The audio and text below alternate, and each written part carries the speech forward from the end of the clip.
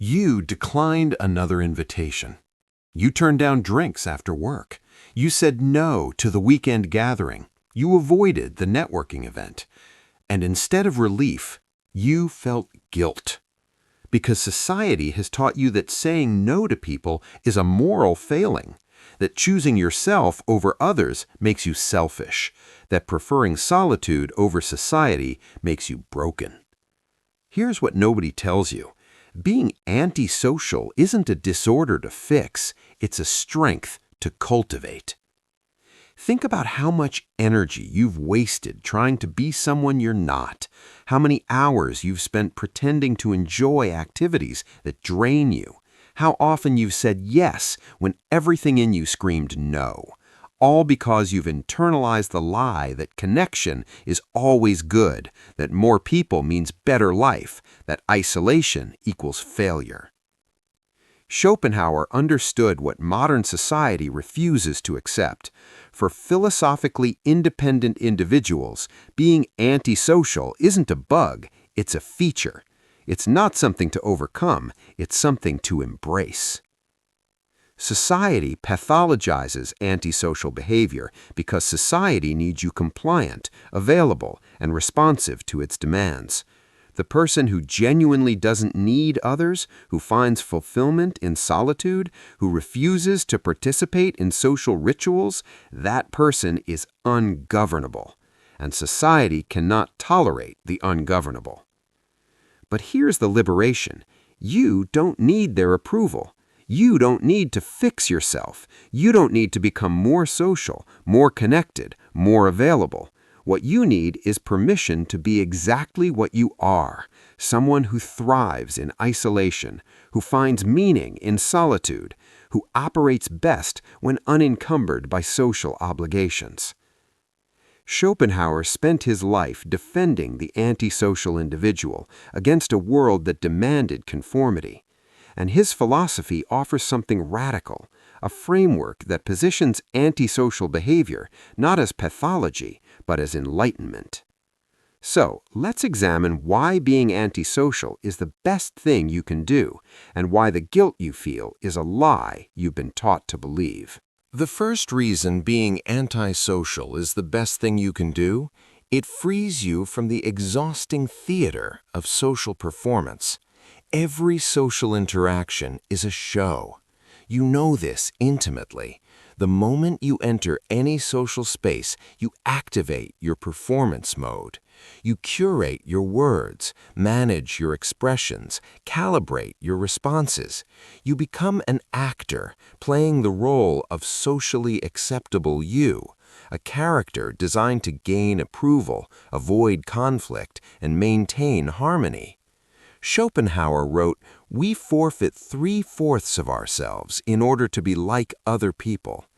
But when you're antisocial, when you genuinely stop participating in the social game, you reclaim that forfeited self. You stop performing. You stop pretending. You stop being anyone other than exactly who you are. Think about the last time you were truly alone, not just physically alone, but mentally liberated from the awareness that you'd have to interact with anyone. What happened? You relaxed. Your shoulders dropped. Your mind expanded. You stopped monitoring yourself and started just being yourself. This is the liberation from performance, and it's only available to those willing to be genuinely antisocial. Here's what social people will never understand. The performance isn't optional for them. It's automatic, unconscious, constant. They're always on stage, always aware of their audience, always adjusting their presentation. They think this is normal. They think this is what it means to be human. But you know better. You know there's a difference between your performed self and your actual self, and the gap between them is enormous. The performed self is simplified, sanitized, socially calibrated.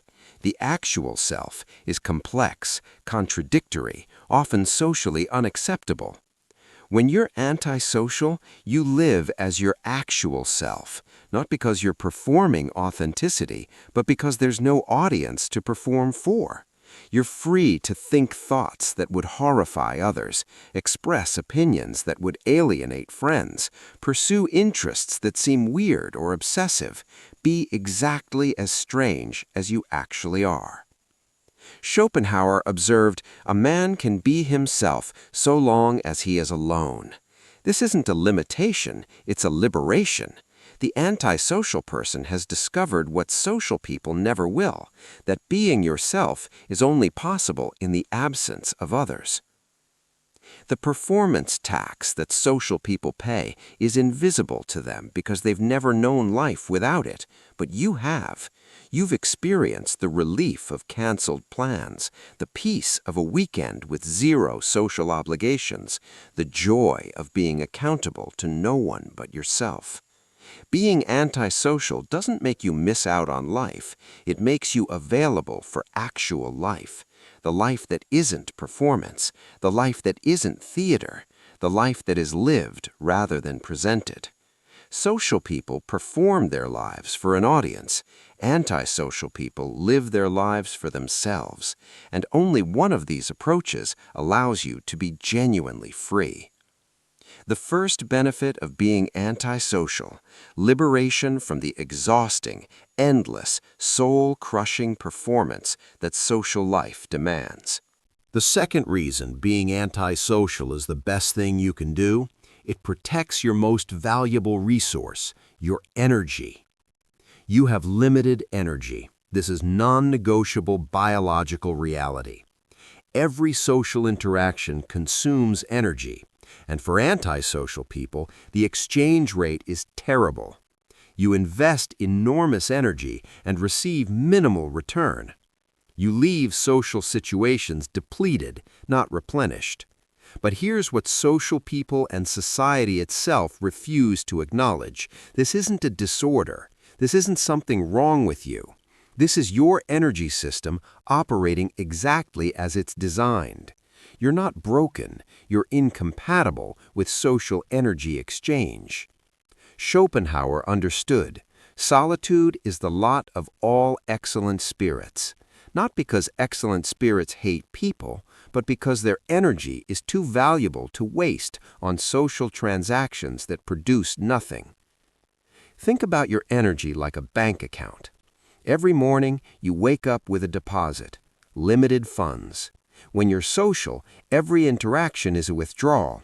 Small talk, withdrawal. Managing someone else's emotions, withdrawal. Pretending to care about their problems, withdrawal. Performing interest in topics that bore you, withdrawal.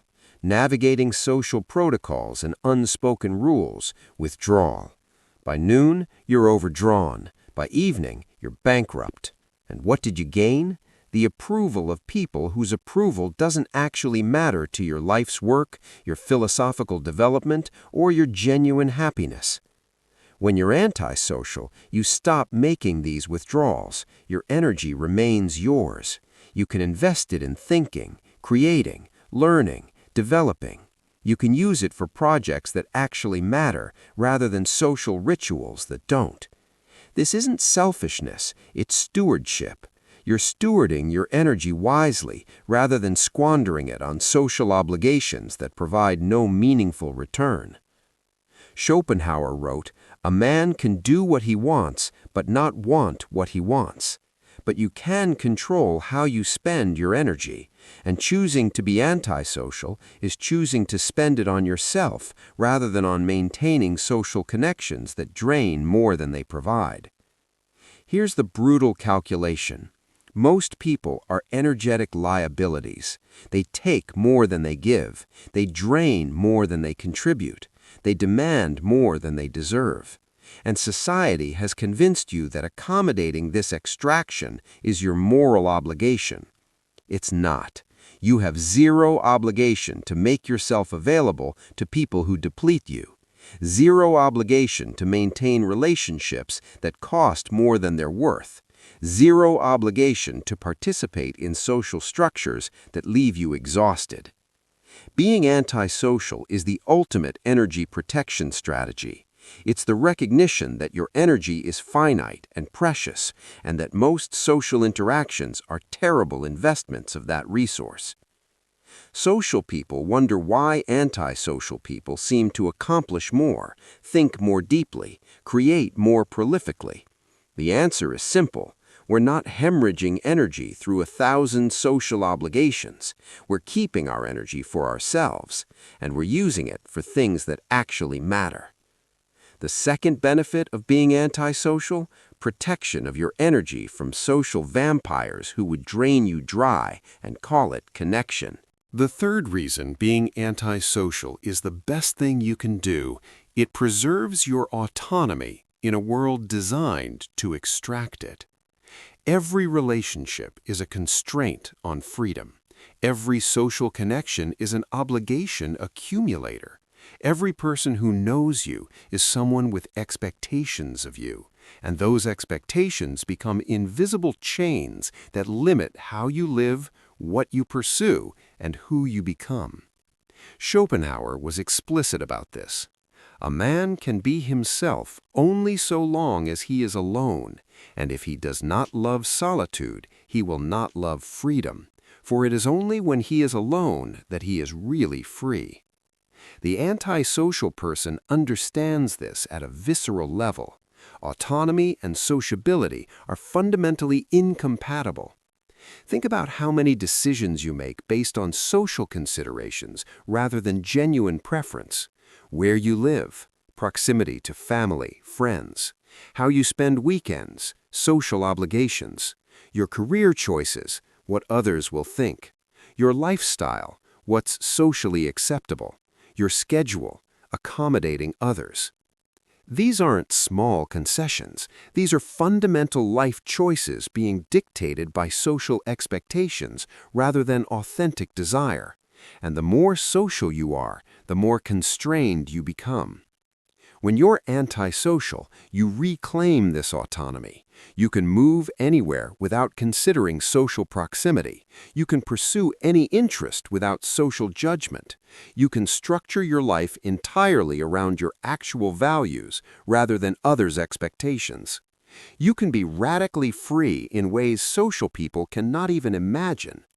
Schopenhauer observed, "The wise have always said the same things, and fools, who are the majority, have always done just the opposite." The majority choose social connection and surrender autonomy. The wise choose isolation and preserve freedom. Here's what happens when you become genuinely antisocial. People stop making claims on your time. They stop expecting you to show up. They stop assuming you'll accommodate their needs. And this isn't rejection, it's liberation. You've trained them to expect nothing, which means you owe nothing. Social people live in a web of reciprocal obligations. You came to my party, so I must come to yours. You helped me move, so I must help you. You confided in me, so I must provide emotional support. The debt never ends. The obligations accumulate. The autonomy erodes. Antisocial people opt out of this entire system. No reciprocal obligations, no social debts, no expectations to manage, just pure, unencumbered autonomy to live exactly as you choose. This is why society hates antisocial people, not because we're harmful, but because we're free. And free people are dangerous to systems built on obligation and conformity. The third benefit of being antisocial: preservation of autonomy that social people trade away without even realizing what they've lost. You cannot be truly free while maintaining extensive social connections. The math doesn't work. Every connection is a constraint, and antisocial people understand that the price of freedom is isolation. Most people aren't willing to pay that price. You are. And that makes you dangerous. Dangerous to a system that needs you compliant, available, and unfree.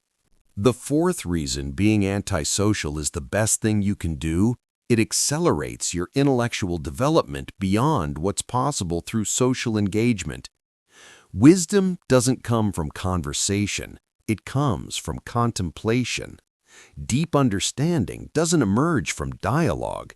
It emerges from sustained, solitary thought.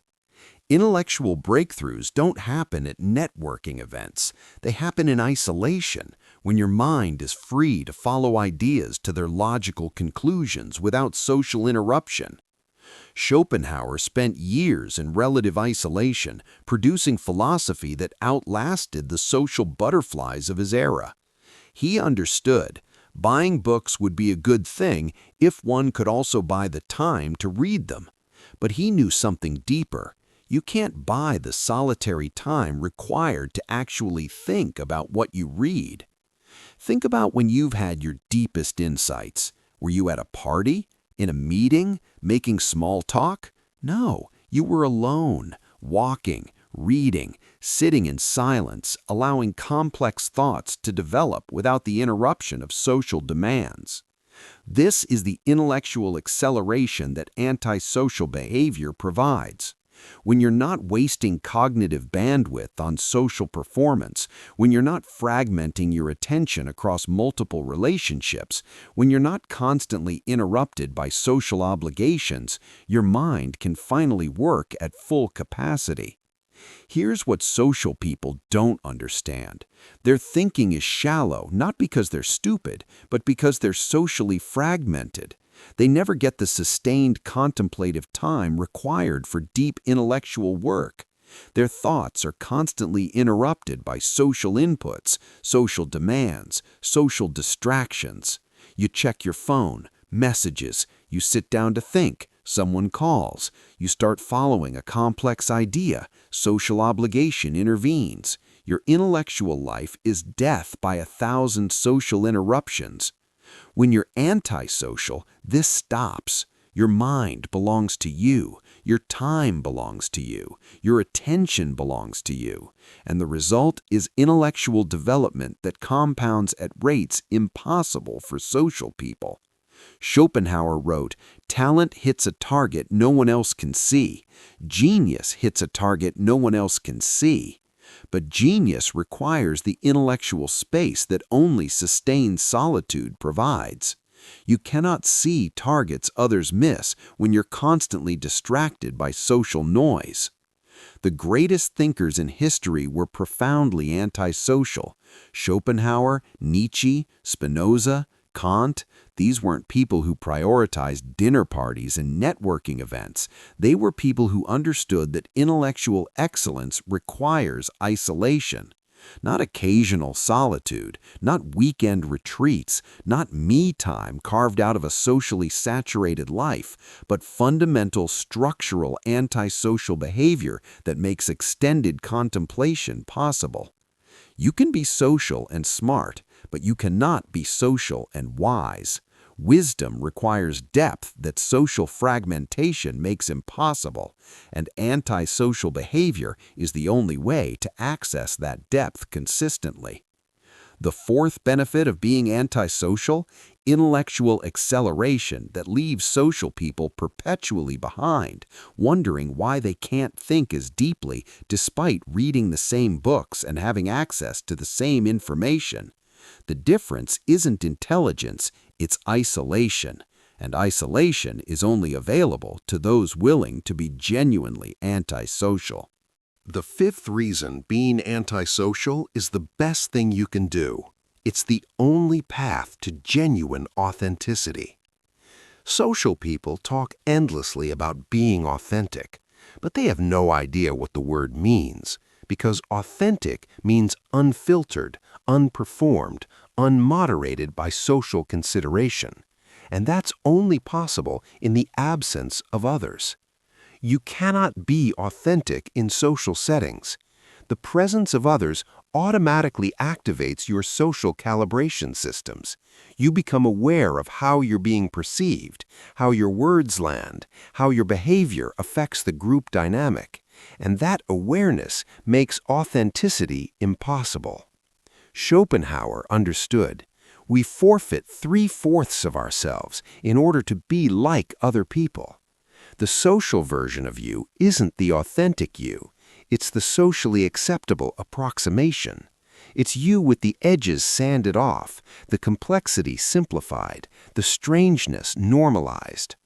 Think about the thoughts you have alone that you'd never express socially, the opinions you hold that would alienate friends, the interests you pursue that seem weird to others, the ways you're genuinely strange that you carefully hide in social settings. That hidden self, that's the authentic you, and it only exists in antisocial isolation. When you embrace being antisocial, you stop hiding this authentic self, not because you start expressing it socially, but because you stop caring whether it's socially acceptable. You live as yourself, for yourself, without apology or modification. Social people achieve authenticity by finding other people who share their socially acceptable strangeness. They create echo chambers where their particular brand of weirdness is normalized. But this isn't authenticity. It's just trading one social performance for another. True authenticity requires no audience, no validation, no social approval. It's being exactly what you are, whether anyone else understands it or not. Schopenhauer observed, "A man can be himself so long as he is alone." This is literal truth. The moment you add another person, you add social consideration, and social consideration destroys authenticity. Here's the test. Would you still do this, think this, pursue this if no one ever knew? If there was zero social validation available, would it still matter to you? Social people fail this test. Most of what they do is performance. Most of what they value is socially validated. Strip away the audience, and their life loses meaning. Antisocial people pass this test. What you do for yourself. What you value independently. What you pursue because it matters to you, not because it impresses others. This is the authenticity achievement. Not performing authenticity, not curating an authentic personal brand, actually being authentic by removing the social pressures that make authenticity impossible. The fifth benefit of being antisocial: achievement of genuine authenticity that social people can only pretend to understand while they perform curated versions of themselves for social approval. You are most yourself when you are alone, and being antisocial means choosing to be yourself more often than you perform for others. Now you understand why being antisocial is the best thing you can do. Liberation from performance, protection of energy, preservation of autonomy, intellectual acceleration, and authenticity achievement. So what's the path forward? Not the path society wants, not the comfortable compromise. The Schopenhauerian path. Embrace your antisocial nature completely and strategically. Here's what that actually looks like. First, stop apologizing for being antisocial. Society has trained you to feel guilty for preferring solitude, declining invitations, being unavailable. This guilt is social programming designed to keep you compliant. Reject it.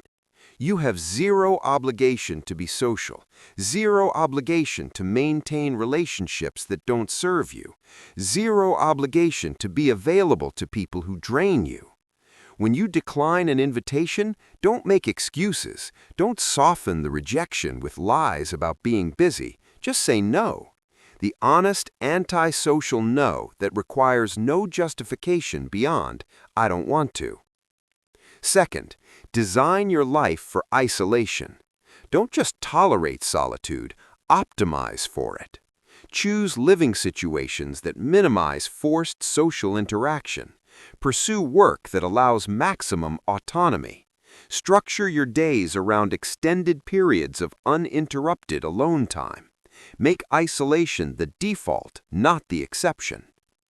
Schopenhauer was deliberate about this. He structured his entire life to maximize solitude and minimize social obligation. This wasn't misanthropy, it was wisdom. He understood that his philosophical work required isolation, and he refused to compromise that requirement for social approval. Third, be radically selective of any social engagement. If you must socialize, and sometimes practical realities require it, be ruthlessly selective. Only engage with the rare few who energize rather than drain you. Only maintain connections that provide genuine intellectual or emotional value. Everyone else is optional. Most people you know are optional. Most relationships you maintain are unnecessary. Most social obligations you honor are undeserved. Accept this. Act accordingly. Fourth, reframe loneliness. Society weaponizes the word lonely to pathologize solitude. But there's a critical difference between loneliness, unwanted isolation, and antisocial preference, chosen isolation. You're not lonely, you're deliberately alone, and deliberately alone is where you thrive. Schopenhauer understood, a man can be himself so long as he is alone, and if he does not love solitude, he will not love freedom. Freedom requires isolation, and you love freedom more than you fear loneliness. Fifth, accept social consequences without compromise. Being genuinely antisocial comes with costs. People will judge you. They'll call you weird, cold, selfish, antisocial. They mean it as an insult. You take it as a description. They'll stop inviting you. They'll gossip about you. They'll misunderstand you. Accept all of this. These aren't failures. They're the natural consequences of refusing to compromise yourself for social approval. And they're vastly preferable to the alternative, performing a social version of yourself to maintain approval you don't need. Sixth, find meaning in work, not in connection. Social people find meaning through relationships. Antisocial people find meaning through work, creation, intellectual pursuit, philosophical development. Your life's meaning isn't in your social network, it's in what you accomplish in isolation. Schopenhauer's meaning wasn't in his social life, he had almost none. It was in his philosophy, and that philosophy has outlived every social butterfly of his era by centuries. The path forward isn't about becoming more social, it's about becoming more comfortable with being genuinely, unapologetically antisocial. Society will never accept this. That's fine. You're not living for society's acceptance. You're living for yourself. Here's the final truth that society refuses to accept.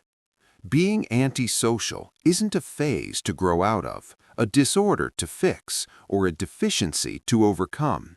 It's a superior adaptation for certain types of people: the reflective, the intellectual, the genuinely independent. You are not broken. You are not deficient.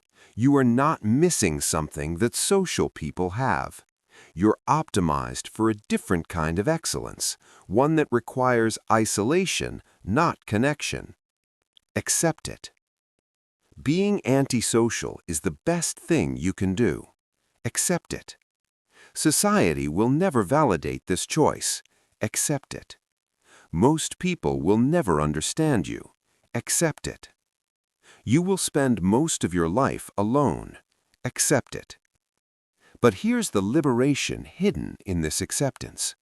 Once you stop fighting your antisocial nature, once you stop trying to force yourself into a social mold that was never designed for you, once you embrace isolation as your natural state, you become free in ways social people cannot comprehend.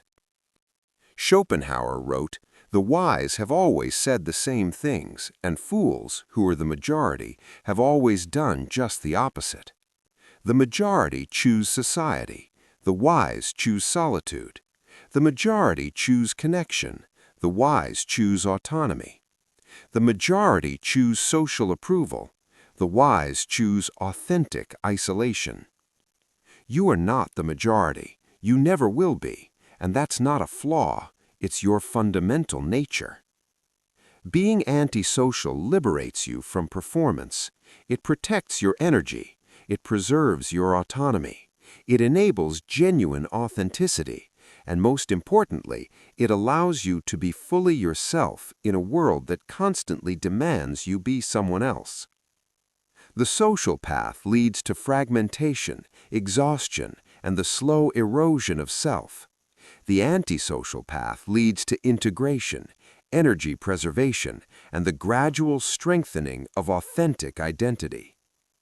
This isn't about hating people. This isn't about misanthropy. This is about recognizing that for certain individuals, extensive social engagement is fundamentally incompatible with living well. Schopenhauer understood this. He lived it. He defended it philosophically. And his life's work stands as proof. The antisocial path, when chosen consciously and lived deliberately, produces excellence that social conformity never will. Accept your antisocial nature. Stop fighting it. Stop apologizing for it. Stop trying to fix it. It's not broken. It's optimized. Being antisocial is the best thing you can do, not despite society's disapproval, because of it. Their judgment confirms you're living outside their control, and living outside their control is the only way to live freely. This is the final truth. You were built for isolation, not connection, and isolation is where you become who you actually are. Write in the comments, antisocial and proud. I want to know this resonated with people who've been told their whole lives that something's wrong with them.